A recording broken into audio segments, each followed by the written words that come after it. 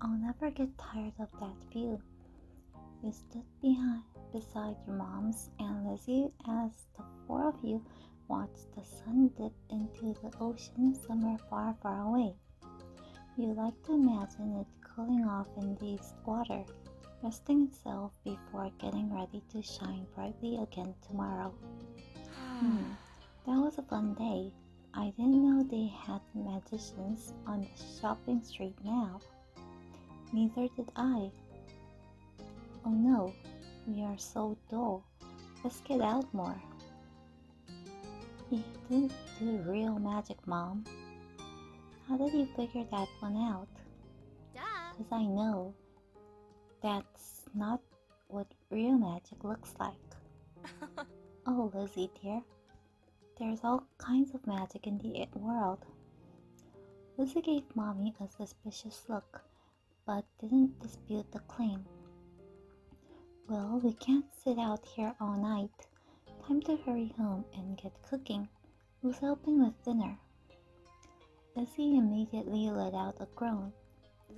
Mom, summer's almost over. The protest was obvious. You could practically see school on the horizon. You certainly didn't want to spend your last bits of freedom cooking dinner. You could do that any other day. It is almost over. You tried to be subtle about your little mumble, but you saw Mom look down at you from the corner of your eye and knew she heard. Yeah, it would be evil not to let us play until dinner. You weren't sure evil was a fair word choice, but nodded anyway. At times like this, you had to back each other up. Please. Soon we'll have homework and reading to do. We can't do work now, too. Lizzie made her case and then stomped her foot into the ground. You mimicked her, feeling that would add something to the argument. Well, No. come on, Pam. I can help you with dinner. Mommy leaned in for a hug, and you knew that you were very close to victory. Okay. Alright. But as soon as dinner's ready, you lot are coming inside, understood? Yes, Mom. Yes, Mom. Ah, so much to do, so little time. Maybe I could still get the seashell bracelet at Time's Trinket. Oh, or maybe the playground or the fireflies would probably be coming out, right?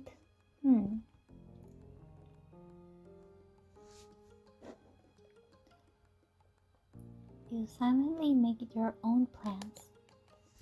Lizzie had her own ideas of what she wanted to do, but what were you going to do? A strong gust of wind made you shiver. Lizzie huffed as she wrapped her arms around herself. Rude. Doesn't the wind know that summer's not over yet? That's all Lizzie said before abruptly turning on her heel and heading off in the direction your mothers had gone. Where are you going? I'm going to my room. I have lots of plans if I want to make the most of tomorrow. You thought this over, looking off towards the water again. Lizzie didn't wait, and before long she was disappearing off down the road. You stayed out. You watched Lizzie run off, twisting your lips as you considered what to do. In the end, the pretty sky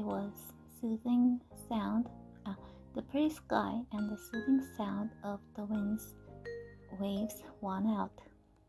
You strayed off the path, grinning at the feel of the sand quickly filling in the empty space in your flip-flops. That was fun for a while, but you grew bored eventually. How else could you enjoy the remainder of your time at the beach?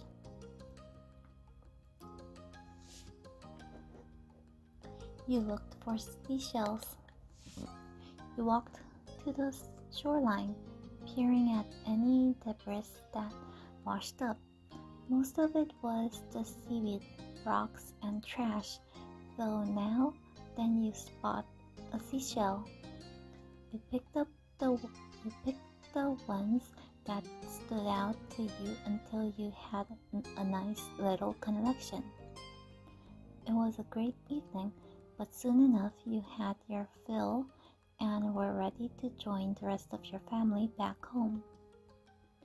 Not too much further down, you spotted a familiar green head of hair moosing along the shore. You went to see what Cove was up to. Curious, you strayed off your path and walked over to him. Cove knelt down, picking up something you quickly identified as a smooth rock. He reared his arm back, then tossed it out into the water. You were impressed over how far he got it to go. It sailed way out into the ocean.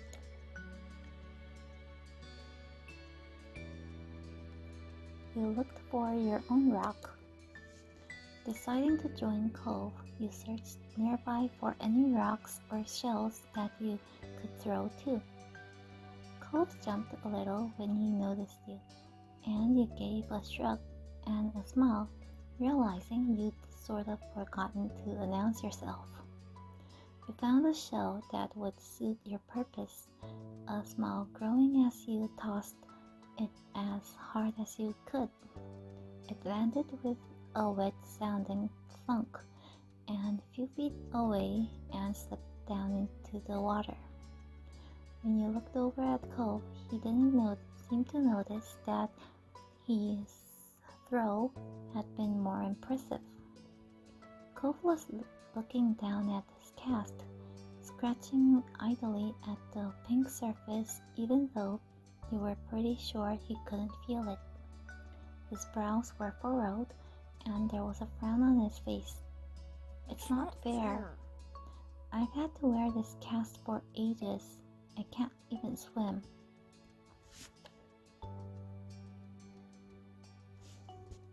How'd you get it? I was jet skiing. Really? Cove narrowed his eyes a little. Yeah, why would I lie? You dropped your eyes from his, fidgeting. You didn't think he was lying, you were just surprised. He then continued to explain. I crashed. He gestured to his arms as if to say, and this was the result. It's hard to believe you're allowed to jet ski. Whoa. Well, I'm not. Oh. Cove let out a huff, plopping down into the sand. I can't believe summer's almost over. You sat down next to him and nodded in agreement, regardless of the sudden topic change. I don't want to go to school. I mean, I would. I don't want to go to a new school. I think it'll be the same school as you and Lizzie. My dad said something about that. So why don't you want to go? It's nice as far as school goes.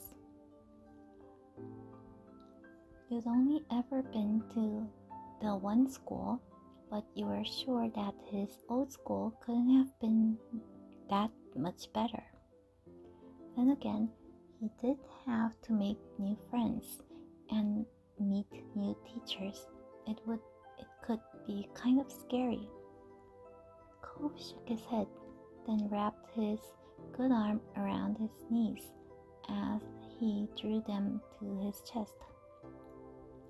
You heard a sniffling sound, and when you took a good look at his face, you realized that his eyes were wet. I want I want to go to go home. You weren't sure what to do. It felt weird to just leave him here crying, but what could you say that would help? You frowned a little, starting to stand. Okay, well, bye then. Cove gave his head a little shake. No, I want to go back home. Right, Cove wanted to go back to his old home, the one that sat waiting someplace far, far, far from here. The one he would bring up whenever he felt this was sad. It had been a while since he had moved in, but he didn't seem to feel any better about being here. He settled back down into the sand, trying to consider what to do.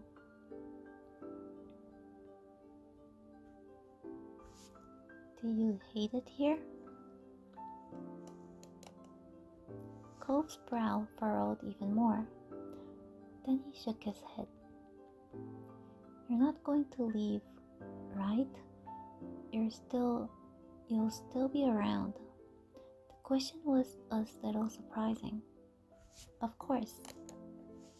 Your parents would have mentioned if you were going to move or something, right? After a second, Cove gave a little nod.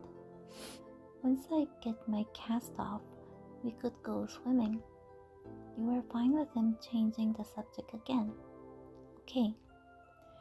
You had to say swimming did sound fun, even if it was already getting chilly out. Cove smiled, then looked back to the waves. My dad keeps saying I'll get used to everything eventually, that I'd feel better then. It used to make me angry. I didn't want to get used to everything. You spared a glance over at Cove and saw the anger had slipped off his face in favor of something almost puzzled. But maybe that would be okay after all, as long as I really do feel better. I can't see it.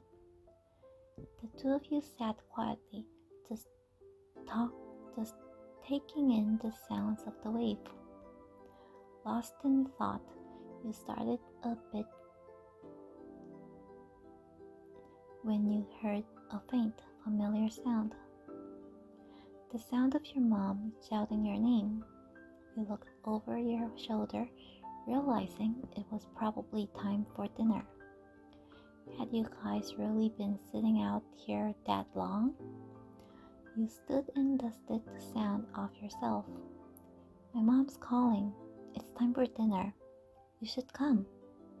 Cove looked up at you, expression screaming reluctance, yet ultimately okay. When you smiled, Cove returned with one of his own. But the two of you couldn't stay there in your own little world any longer. You were being called forward. So the both of you ran off towards your home, leaving the waves and summer behind.